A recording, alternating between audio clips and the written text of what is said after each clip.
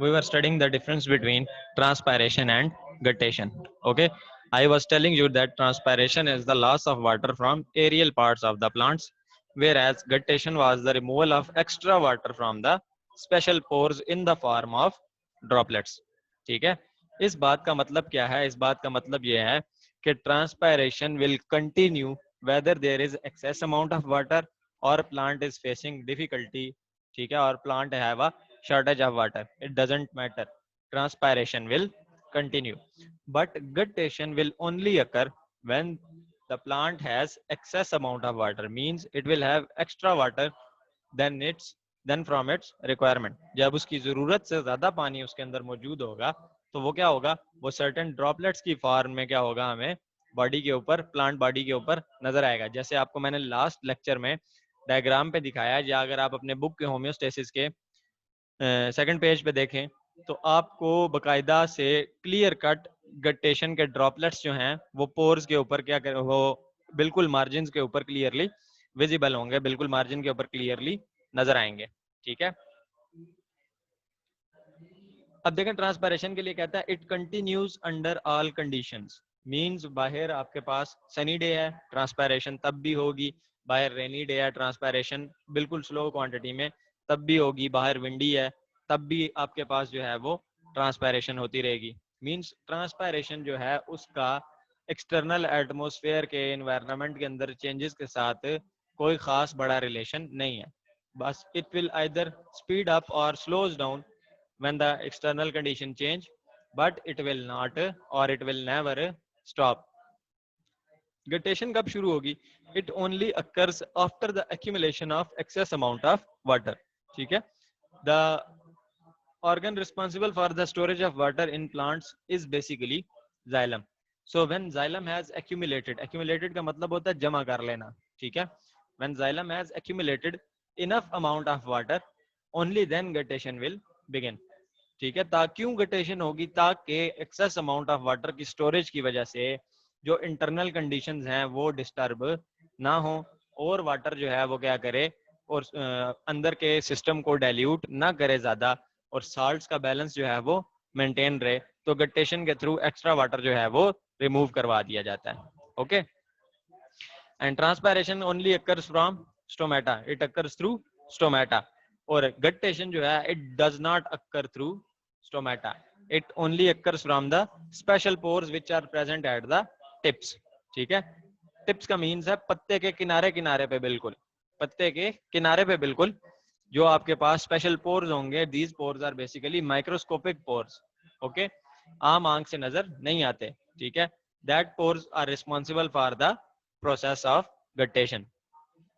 Now in the interesting information it was mentioned that guttation is not to be confused with dew. ठीक है, कहता है guttation को due के साथ मुख्तस नहीं करना। ठीक है, या इसका ड्यू के साथ कोई रिलेशन नहीं है। ड्यू कहते हैं बेसिकली ओस को, शबनम को, जो रात को पड़ती है। ठीक है, which condenses from the atmosphere on to the plant surface. अब ड्यू क्या है जी? आपके पास ड्यू एनवायरनमेंट का वाटर है, ठीक है, एक्सटर्नल एटमोस्फियर का वाटर है, जो कि क्या करेगा, कंडेंस होने के बाद, मींस पहले वाटर वेपर की फॉर्म में था, वेपर से कंडेंस होकर लिक्विड फॉर्म में आएगा और क्या होगा, पत्ते के ऊपर जमा हो जाएगा। ठीक है, अब वो जो चीज है ना, आपको वो पत्तों के अलावा कहीं भी नजर आएगी, वो आपको स्टेम पे भी नजर आएगी। ठीक है, और वो आपके पास कोई और चीज पड़ी है उस पे भी नजर आएगा। ठीक है, मीन्स स्टेम हो गया, फ्लावर्स हो गए, फ्रूट हो गया, वो उन सब पे नजर आएगी।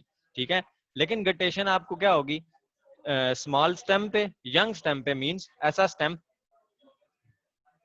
जो कि अभी ग्रीन है उस पे, और सिर्फ प्लांट्स के लीव्स पे स्पेशल पोर्स के थ्रू क्या होगी, नजर आएगी। There is no other way to see the water of guttation on the plant. Next देखें जी, वो टॉपिक 11.1.3 में मेंशन कर रहा है removal of other metabolic waste. Other metabolic waste से मुराद क्या ली जाती है कि कार्बन डाइऑक्साइड एक वेस्ट मटेरियल था, कब, जब प्लांट जो है वो रिस्पायर कर रहा था। ऑक्सीजन एक वेस्ट मटेरियल था, कब, जब प्लांट जो है वो फोटोसिंथेसिस कर रहा था। And excess amount of water भी क्या थी, as a waste material treat की जा रही थी। तो अब इस कार्बन डाइऑक्साइड, ऑक्सीजन और वाटर वेपर के अलावा जो अदर मेटाबॉलिक वेस्ट हैं, मींस प्लांट ने मेटाबॉलिज्म परफॉर्म किया, एज अ रिजल्ट जो वेस्ट प्रोड्यूस हुए हैं, that waste are known as basically metabolic waste. It says that plants deposit many metabolic wastes in their bodies as harmless insoluble materials. As harmless insoluble materials. Harmless means they will not affect the plant. They will not damage or destroy the plant body. ठीक है?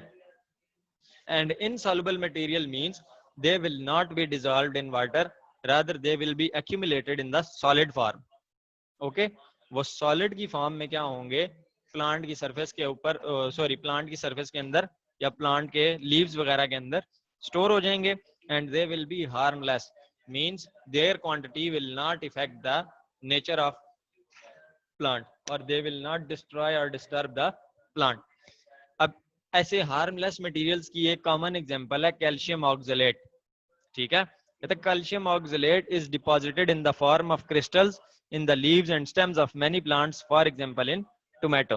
ये चीज आप easily observe भी कर सकते हैं कि if you have tomato plant in your house or you are observing a tomato plant in a garden, tomato plant के तने के ऊपर और उसके leaves के ऊपर white color के ना आपको clear cut needles like structures नजर आएंगे.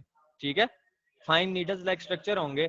and if you will rub your hand over those, आपको चुभन सी महसूस होगी, हल्का सा स्टिंग महसूस होगा जैसे कोई चीज चुभी है. ठीक है, those white crystals are basically calcium oxalate which are deposited in the form of crystals. ठीक है, अब ये कहाँ कहाँ पर स्टोर होते हैं, स्टेम्स में स्टोर होते हैं एंड लीव्स में स्टोर होते हैं. Okay, other metabolic waste includes calcium oxalate which are deposited in the form of crystals in the leaves and stems of many plants, commonly tomato. देखें next इसका continued portion है, कहता है इन trees which shed their leaves yearly, the excretory products are removed from the body during leaf fall. During autumn, mostly plants shed their leaves. ठीक है, क्यों? उससे पहले आप नोटिस कीजिएगा कि पत्ता गिरने से पहले येलो हो जाता है. ठीक है, the leaf right before it sheds from the tree, it turns into yellow color. Why? Because the plant is storing every excess waste material in its leaf, and when the leaf will fall, it will take away all the excess waste material and plant will get rid of its waste material. मतलब क्या है इस बात का कि पौधे का पत्ता जब गिरने वाला होता है, खज़ां में जब पतझड़ आता है, मतलब तो पतझड़ में होता क्या है, पतझड़ में पौधे जो हैं अपनी बॉडी के अंदर जितना वेस्ट मटेरियल स्टोर हुआ होता है उसको कहाँ ट्रांसफर कर देते हैं, लीव्स में. एज अ रिजल्ट लीव्स क्या होते हैं, टर्न येलो, और फिर क्या होते हैं, वो प्लांट से इवेंचुअली ड्रॉप हो जाते हैं.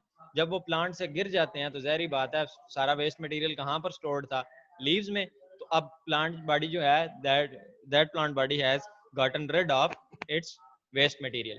ठीक है, यानी पत्ते गिराना जो है वो प्लांट का अपने वेस्ट मटेरियल से फ्री होने का एक बहुत बड़ा सोर्स है. इसीलिए ये जो आपके पास पत्ते गिरते हैं ना, इनको फिर जमा करके कलेक्ट करके जमीन में दबा दिया जाता है. ये डिके होके क्या बना देते हैं, खाद बना देते हैं, फर्टिलाइजर बना देते हैं, which can later on then be used for the better nourishment of your trees and plants. Then वो कहता है other waste materials that are removed by some plants are resins. ठीक है, रेजिन्स अब निकलते हैं कोनिफेरस ट्रीज में से जिनके ऊपर कोन्स लगती हैं. ठीक है, ये आपको मरी वाली साइड पर चले जाओ तो कोनिफेरस प्लांट्स बहुत ज्यादा नजर आएंगे. रावलपिंडी में भी हैं लेकिन बहुत कम है. क्यों? क्योंकि यहाँ पर ठंडा टेम्परेचर नहीं है, ये ठंडे टेम्परेचर को फेवर करते हैं. ठीक है, आर्टिफिशियल कोकोनट जैसा, वो कोकोनट कह रहा हूँ, पाइनएप्पल जैसा होता है, थोड़ा सा हार्ड सा होता है. ठीक है, अपीयरेंस उसकी पाइनएप्पल जैसी लगेगी लेकिन वुडी होगा सारा. गम निकलती है कीकर प्लांट में से. ठीक है, गम वही गम जो हम लोग नॉर्मली इस्तेमाल करते हैं. ठीक है, latex by rubber plant and mucilage by carnivorous plants and lady finger. ठीक है, जैसे आप भिंडी काटते हो ना, भिंडी में एक लेस होती है.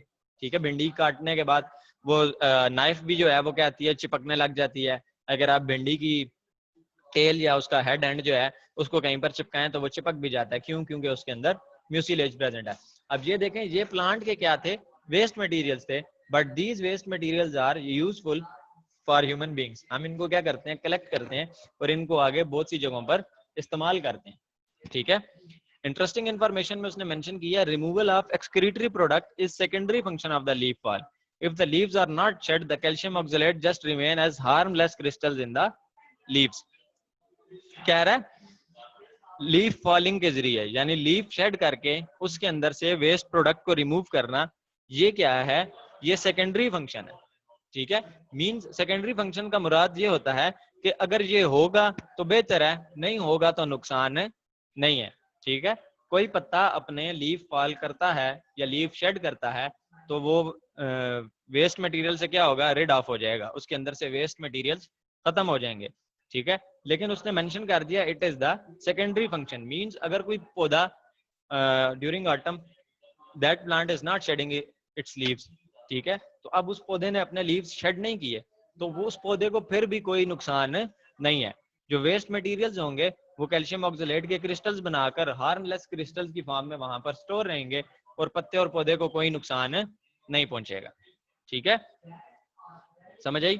जैसे अभी क्योंकि ज़हन में क्वेश्चन अराइज हो सकता था कि सर कुछ पौधे जो हैं वो ड्यूरिंग ऑटम लीव्स शेड करते हैं और कुछ पौधे जो हैं वो लीव्स शेड नहीं करते, ठीक है। तो फिर जो लीव्स शेड नहीं करते वो वेस्ट मटेरियल से कैसे जान छुड़ाते हैं या उनका वेस्ट मटेरियल जो है वो कैसे खत्म होता है? तो उसका बेहतरीन आंसर यही है कि ये क्या है, एक सेकेंडरी फंक्शन है। मींस जो पौधा परफॉर्म करता है उसके लिए बेहतर है, जो पौधा परफॉर्म नहीं करता उसको कोई नुकसान नहीं है। क्यों नुकसान नहीं है? क्योंकि कैल्शियम ऑक्सलेट की फॉर्म में वो हार्मलेस क्रिस्टल्स बनाकर प्लांट बॉडी के अंदर स्टोर रहते हैं and they will not effect the nature of the plant. Okay, अब ये देखें जी, हमारे पास जो नेक्स्ट स्लाइड है इसमें हमारे पास ये रेजिन्स, ये गम, ये लेटेक्स जो है मतलब, और म्यूसिलेज जो है उसको डायग्रामेटिकली शो किया गया, ठीक है। अब रेजिन आपके पास कैसे होता है? बेसिकली रेजिन जो है ना आपके पास ये स्टिकी नेचर का होगा, इसके अंदर से एक स्मेल भी आ रही होगी, और ये क्या किया जाता है, ये चीजों को पॉलिश वगैरह करने के लिए, चीजों को लॉन्ग अरसे तक महफूज रखने के लिए, कीड़े लगने से बचाने के लिए क्या किया जाता है, इस्तेमाल किया जाता है, ठीक है। लेटेक्स जो है आपके पास, रबड़ जो है, ठीक है, वो हमें पता है लेटेक्स जो है वो क्या की जाती है, एज ए गम इस्तेमाल की जाती है, गोंद की फॉर्म में इस्तेमाल की जाती है, डाइज और ग्लूज वगैरह बनाने के लिए इस्तेमाल की जाती है, ठीक है। एंड म्यूसिलेज आपके पास जो कार्निवोरस प्लांट्स हैं, कार्निवोरस प्लांट्स मीन जो प्लांट्स जो हैं अदर ऑर्गेनिजम्स को शिकार करके खाते हैं, जैसे इंसेक्टिवोरस प्लांट्स हो गए, ठीक है। इंसेक्टिवोरस प्लांट्स में आपके पास एक बड़ी एग्जांपल पिचर प्लांट की आ जाती है, पिचर प्लांट की आ जाती है, वीनस फ्लाई ट्रैप की आ जाती है। तो इनके अंदर आपके पास क्या है जी, म्यूसिलेज बनता है। म्यूसिलेज क्या करेगा, जब इसके ऊपर इंसेक्ट आकर बैठेगा तो due to mucilage it will get stuck to the plant and later on plant will develop certain specific secretions around it, and now that particular organism is not able to move away and eventually he will be decomposed and eaten and its nutrients will be the part of the plant body, ठीक है। Then कहता है जी osmotic adjustments in plants. Osmotic adjustment means how plants balance their water level. Whenever you see the word osmotic, it means that now we are about to study the plant water related issues. तो osmotic adjustments means water adjustments in plants. कैसे पौधे जो हैं अपना पानी जो है उसको मेंटेन करते हैं। अब बेसिकली osmotic adjustments में हमारे पास 3 किस्म के प्लांट्स स्टडी किए जाते हैं, ठीक है। और वो जो 3 किस्म स्टडी की जाती है वो on the availability of water study की जाती है, on the availability of water and salts. Plants are divided into 3 main groups. Ab first group is hydrophytes. Hydrophytes are those plants which are living in the water, means they are always present in the water and they cannot survive outside the water. जैसे water lily हो गई, water lily क्या करती है, 24 hours that water lily is submerged in the water and at no time and during its life cycle it is outside the water, ठीक है। then xerophytes are those plants which are living in the desert conditions, means when where there is very little or no water, ठीक है। xerophytes ऐसे पौधे हैं जो ऐसी conditions में रह रहे होते हैं जहां पर बहुत कम पानी होता है, ऑलमोस्ट ना होने के बराबर, ठीक है, जैसे डेजर्ट हो गया। and Halophytes are basically those plants which are living in salt rich environment, जैसे सी कह लो आप, ठीक है, वो salt rich environment है, वहां पर concentration of salts जो है वो क्या होगी, बहुत ज्यादा होगी, okay. it is they are present in the salt rich environment. So today we will only study hydrophytes in detail. So now hydrophytes are the plants which live completely or partially submerged in water. ठीक है, completely का मतलब पूरे पानी के अंदर डूबे हुए हैं, और partially means they are very little submerged in water, means उनका कुछ हिस्सा जो है थोड़े से पानी के अंदर है. से फॉर एग्जांपल जड़ें वगैरह जो हैं वो पानी के अंदर हैं, और जो फोलिएज यानी उनके ऊपर पत्ते आ रहे हैं वो कहाँ पर हैं, वो जनाब जी पानी की सरफेस से ऊपर हैं. ठीक है, so there are basically two major classes of hydrophytes. First class is that class which is completely submerged in water. ठीक है, which is completely submerged in water means वो पानी के अंदर पूरी तरह डूबे हुए हैं. And the second class is which is partially submerged in water, means certain portion of the plant body is underwater and certain portion of the plant body is above water. Is it clear? So next he says that such plants do not face the problem of water shortage. Means अब देखें, अगर आप 24 घंटे पानी के अंदर मौजूद हैं, ठीक है, throughout your lifetime 24/7 you are under water और you are partially submerged in water, तो ऐसा पॉसिबल ही नहीं है कि आपको कभी क्या हो, शॉर्टेज ऑफ वाटर हो. There will always be the excess amount of water. पानी की शॉर्टेज का कोई मसला कभी भी फेस नहीं करना पड़ेगा. ठीक है, तो अब जब इनके पास पानी की शॉर्टेज का कोई मसला नहीं है, तो मीन्स इन्होंने क्या करना है, इनके सेल्स के अंदर एक्स्ट्रा वाटर एक्यूमुलेट होता रहेगा. That accumulation of extra amount of water is not useful और is not beneficial for the plant. So how will they get rid of the extra water? ठीक है, he says that they have developed mechanisms for the removal of extra water from their cells. अब इन्होंने अपने आप के अंदर ऐसी modifications लाई हैं, अपने आप को ऐसा evolve कर लिया है कि they can easily get rid of extra amount of water. Means that they are, although they are continuously present in the water, but they will only absorb certain quantity of water and the other quantity will be either evaporated or will not be absorbed. Hydrophytes have broad leaves with a large number of stomata on the upper surface. अब हमने देखे हैं ये जो हमारे terrestrial plants हैं, terrestrial plant से मुराद ये जो हमारे नॉर्मल कंडीशंस में प्लांट्स हैं, ठीक है, जैसे रोज का पौधा हो गया, और जो आपको अपने घर में गमलों में लगे हुए बेशुमार पौधे नजर आते हैं, ये पौधे, इनके लीव्स छोटे होते हैं और इनके स्टोमेटा अंडर साइड यानी नीचे की तरफ प्रेजेंट होते हैं. ठीक है, लेकिन अब ये जो प्लांट्स हैं जो वाटर के अंदर प्रेजेंट हैं, देयर लीव्स आर ब्रॉड. इनके पत्ते क्या कर दिए गए हैं, बड़े, तो सरफेस एरिया बढ़ गया. सरफेस एरिया बढ़ने से क्या हुआ है, नंबर ऑफ स्टोमेटा जो है वो क्या हो गए हैं, ज्यादा आ सकते हैं. ठीक है, से फॉर एग्जांपल अगर आपके पास एक कमरा है वो 10 फुट बाय 10 फुट का है और उसमें आप एक डबल बेड लगा सकते हो, तो उसी 10 फुट बाय 10 फुट के कमरे को क्या करो आप 15 फुट बाय 15 फुट का कर दो. तो अब आप क्या करोगे, उसके अंदर 2 या 3 भी हो सकता है डबल बेड लगा सको. ठीक है, तो इसी तरह आप क्या है जी, आपके पास जो प्लांट की बॉडी पे लीफ था, वो लीफ क्या कर दिया, बड़ा कर दिया, ब्रॉड हो गया, तो उसके ऊपर अब जो स्टोमेटा आएंगे वो भी क्या आएंगे, ज्यादा आएंगे. ठीक है, एंड दो stomata are kept in the upper surface. Means वो सरफेस जो ऑलवेज फेसिंग द सन, ठीक है, उस सरफेस पे प्रेजेंट है जो कि हर वक्त क्या है, सूरज की तरफ मौजूद है. तो उनके स्टोमेटा फिर क्या रहेंगे, most of the time open रहेंगे, और जब वो ओपन रहेंगे तो वहां से कंटिन्यूसली वाटर जो है वो क्या होता रहेगा, इवेपोरेट होता रहेगा. तो जब कंटिन्यूसली वाटर इवेपोरेट होता रहेगा तो this characteristics help them to remove the extra amount of water. तो वो फिर क्या करेंगे, एक्स्ट्रा अमाउंट ऑफ वाटर से इजीली अपने आप को गेट रिड कर लेंगे और जान छुड़ा लेंगे. ठीक है, the most common example of such plants is water lily. अब इसकी जो एक मोस्ट कॉमन एग्जांपल है वो क्या है, वाटर लिली है. ये वाटर लिली आपको आगे डायग्राम में शो करवाया गया है. ये वाटर लिली है. बेसिकली ये देखें, इसका लीफ जो है वो ठीक ठाक बड़ा है, और इसके जो स्टोमेटा प्रेजेंट होंगे all of them will be present on this upper surface. और जब इस अपर सरफेस के ऊपर स्टोमेटा प्रेजेंट है, means they are continuously facing the sun and the evaporation of water will continue throughout the day, and this is how they will get rid of the extra amount of water. Now this was basically our today's topic. Now if you have any question related to the topic, feel free to ask.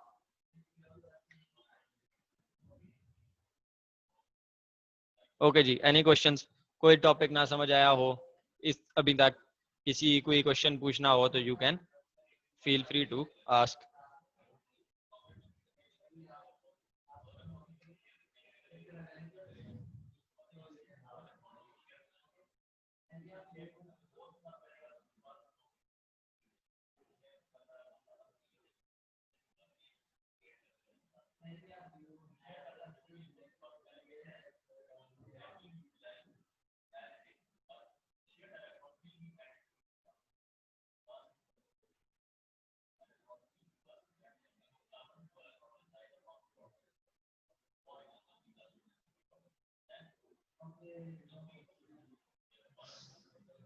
Okay, students, nobody has any question?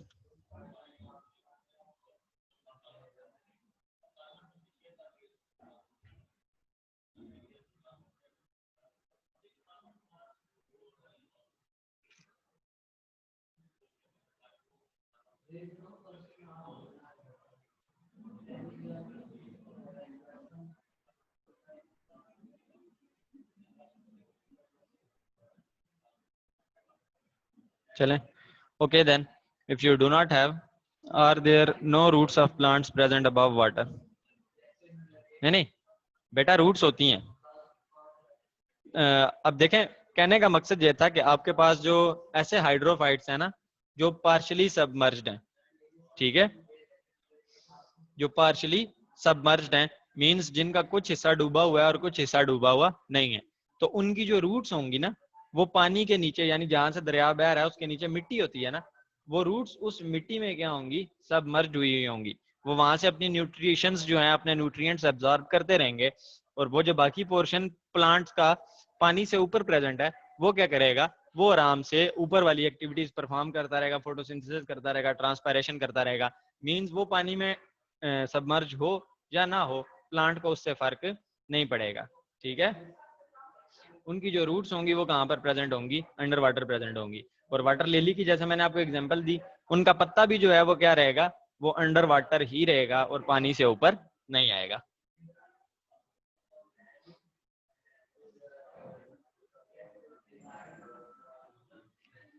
Any other questions?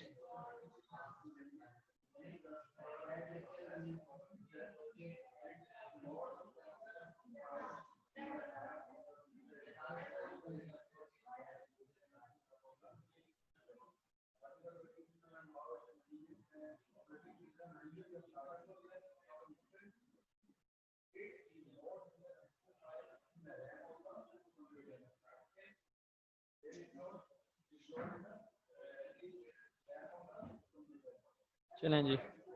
Okay then, if you do not have any questions, then I will end the class over here, and hopefully in the next lecture we will complete the remaining two types, which are basically xerophytes and halophytes. Until then, अपना ख्याल रखिएगा और इस topic को अच्छे से study कीजिएगा. अल्लाह हाफिज.